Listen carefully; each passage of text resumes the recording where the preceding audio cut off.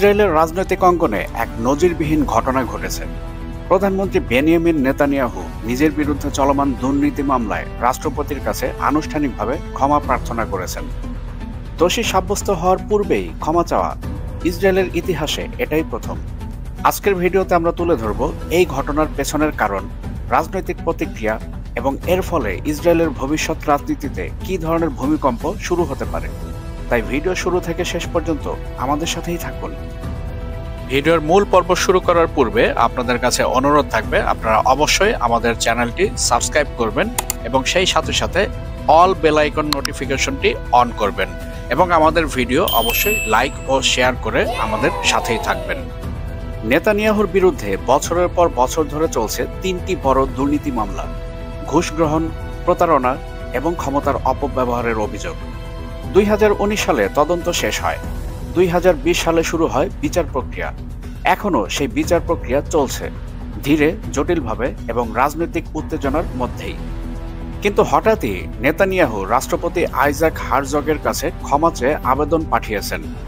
এটি একটি 111 পৃষ্ঠার আইনি নথি। বিচার এখনও সম্পন্ন হয়নি, কোনো দোষী সাব্যস্ত করা হয়নি। তার পূর্বেই ক্ষমা চাইলেন দেশটির প্রধানমন্ত্রী।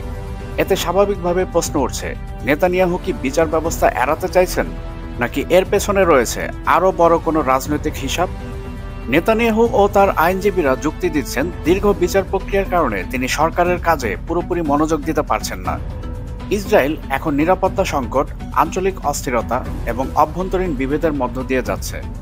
তিনি আরও দাবি করেছেন, তার বিরুদ্ধে মামলাগুলো রাজনৈতিক উদ্দেশ্য প্রণোদিত এবং বিচার ব্যবস্থাকে তার বিরুদ্ধে অস্ত্র হিসাবে ব্যবহার করা হয়েছে। নেতানিয়াহুর সমর্থকদের ভাষায়, দীর্ঘ বিচার তার নেতৃত্বকে দুর্বল করছে। দেশের মঙ্গলের জন্য দ্রুত সমাধান প্রয়োজন। কিন্তু বিরোধীরা বলছে এটি ন্যায় বিচারের প্রতি সরাসরি আঘাত। বিচার শেষ না হতেই ক্ষমা চাওয়ার মানে হলো বিচারের সামনে দাঁড়ানোর পূর্বেই কাপুরুষের মতো পালিয়ে যাওয়া। ইসরায়েলের সংবিধান ক্ষমা প্রদানের সুযোগ রাখলেও এটি সাধারণত দোষী সাব্যস্ত হওয়ার পরে ঘটে। নেতানিয়াহুর আবেদন সেই প্রচলিত নিয়মকে চ্যালেঞ্জ করছে। যদি রাষ্ট্রপতি ক্ষমা দেন, বিচার পুরোপুরি থেমে যাবে। সাক্ষ্য, প্রমাণ, বিচারিক সিদ্ধান্ত কোনোটাই আর সামনে আসবে না। এবং সবচেয়ে ভয়ঙ্কর ব্যাপার, এটি হবে ভবিষ্যতের জন্য একটি বিপজ্জনক নজির। অন্যদিকে ক্ষমা না দিলে নেতানিয়াহুকে বিচার প্রক্রিয়ায় থাকতে হবে, যা দীর্ঘমেয়াদে তার রাজনৈতিক অবস্থানকে দুর্বল করতে পারে। এখন প্রশ্ন হলো, রাষ্ট্রপতির সিদ্ধান্ত কি হবে? এবং সিদ্ধান্ত যাই হোক, সেটি ইসরায়েলের রাজনীতিকে কোন দিকে নিয়ে যাবে? এই মুহূর্তে দেশটি যেন দাঁড়িয়ে আছে একটি অনিশ্চিত মোড়ে। বিচার ব্যবস্থা স্বাধীনতা বনাম ক্ষমতার রাজনীতি। বিশ্বজুড়ে রাজনৈতিক বিশ্লেষকরা বলছেন, নেতানিয়াহুর এই পদক্ষেপ শুধু ব্যক্তিগত সিদ্ধান্ত নয়, বরং এটি ইসরায়েলের গণতন্ত্রের ভবিষ্যতের উপর বড় ধরনের প্রভাব ফেলতে পারে। যুক্তরাষ্ট্র, ইউরোপীয় ইউনিয়ন এবং মধ্যপ্রাচ্যের দেশগুলো এই ঘটনাকে অত্যন্ত গুরুত্ব নিয়ে পর্যবেক্ষণ করছেন, কারণ ইসরায়েল মধ্যপ্রাচ্যে একটি গুরুত্বপূর্ণ সামরিক ও কূটনৈতিক শক্তি। এখানকার রাজনৈতিক অস্থিরতা পুরো মধ্যপ্রাচ্যকে প্রভাবিত করতে পারে। অনেকে বলছেন, যদি নেতানিয়াহু ক্ষমা পেয়ে যান, তাহলে এটি হবে ক্ষমতাশালীদের জন্য আইনের ঊর্ধ্বে থাকার নতুন উদাহরণ। আর যদি না পান, তাহলে এটি হবে বিচার ব্যবস্থার স্বাধীনতার একটি ঐতিহাসিক বিজয়।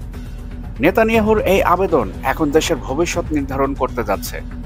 রাষ্ট্রপতির সিদ্ধান্ত শুধু একটি মামলার সিদ্ধান্ত নয়, এটি নির্ধারণ করবে ইসরায়েলের বিচার ব্যবস্থা কতটা স্বাধীন, রাজনীতি কতটা ন্যায়ভিত্তিক এবং গণতন্ত্র কতটা শক্তিশালী।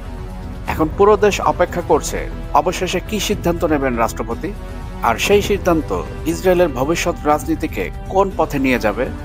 বন্ধুরা, আপনারা কি মনে করছেন, ইসরায়েলের রাষ্ট্রপতি আইজাক হারজগ ইসরায়েলের প্রধানমন্ত্রী বেনিয়ামিন নেতানিয়াহুর ক্ষমার যে আবেদন, তাকে তিনি গ্রহণ করবেন, নাকি গণতান্ত্রিক পদ্ধতিতেই নেতানিয়াহুর বিচার কার্য সম্পন্ন করবেন? আপনার মূল্যবান মতামত অবশ্যই কমেন্টের মাধ্যমে আমাদেরকে জানাবেন। বন্ধুগণ, আজকের বিশ্ব আপনাদেরকে সঠিক সংবাদ প্রদানের জন্য বদ্ধপরিকর। তাই আমাদের ইউটিউব চ্যানেলের পাশাপাশি আজকের বিশ্ব .প্রেস এর যাত্রা শুরু হয়েছে, যেখানে আপনারা এক পাতাতেই পেয়ে যাবেন আন্তর্জাতিক সব গুরুত্বপূর্ণ খবর এবং সেই সাথে সাথে রাষ্ট্রীয় খবরগুলো। এবং এর পাশাপাশি অনুরোধ থাকবে, আমাদের ফেসবুক পেজও আপনারা অবশ্যই ফলো করবেন, যাতে করে নিত্য নৈমিত্তিক সব ধরনের আপডেট আপনারা সহসাই পেতে পারেন। ভিডিও শেষ করার পূর্বে আপনাদের কাছে অনুরোধ থাকবে আমাদের ইউটিউব চ্যানেলটি অবশ্যই সাবস্ক্রাইব করবেন এবং সেই সাথে সাথে all bell icon notification on করবেন, যাতে করে পরবর্তী যে কোনো ভিডিওর আপডেট আপনি সরাসরি পেতে পারেন এবং সেই সাথে সাথে আমাদের ভিডিও লাইক ও শেয়ার করে আমাদের সঙ্গেই থাকবেন। বন্ধুগণ, ভিডিও আজকার দীর্ঘায়িত করছি না। আমি আপনাদের সবার সুস্বাস্থ্য কামনা করছি। আপনারা সবাই ভালো থাকবেন, সুস্থ থাকবেন। আজকের বিষয়ের সাথে থাকার জন্য আন্তরিক ধন্যবাদ।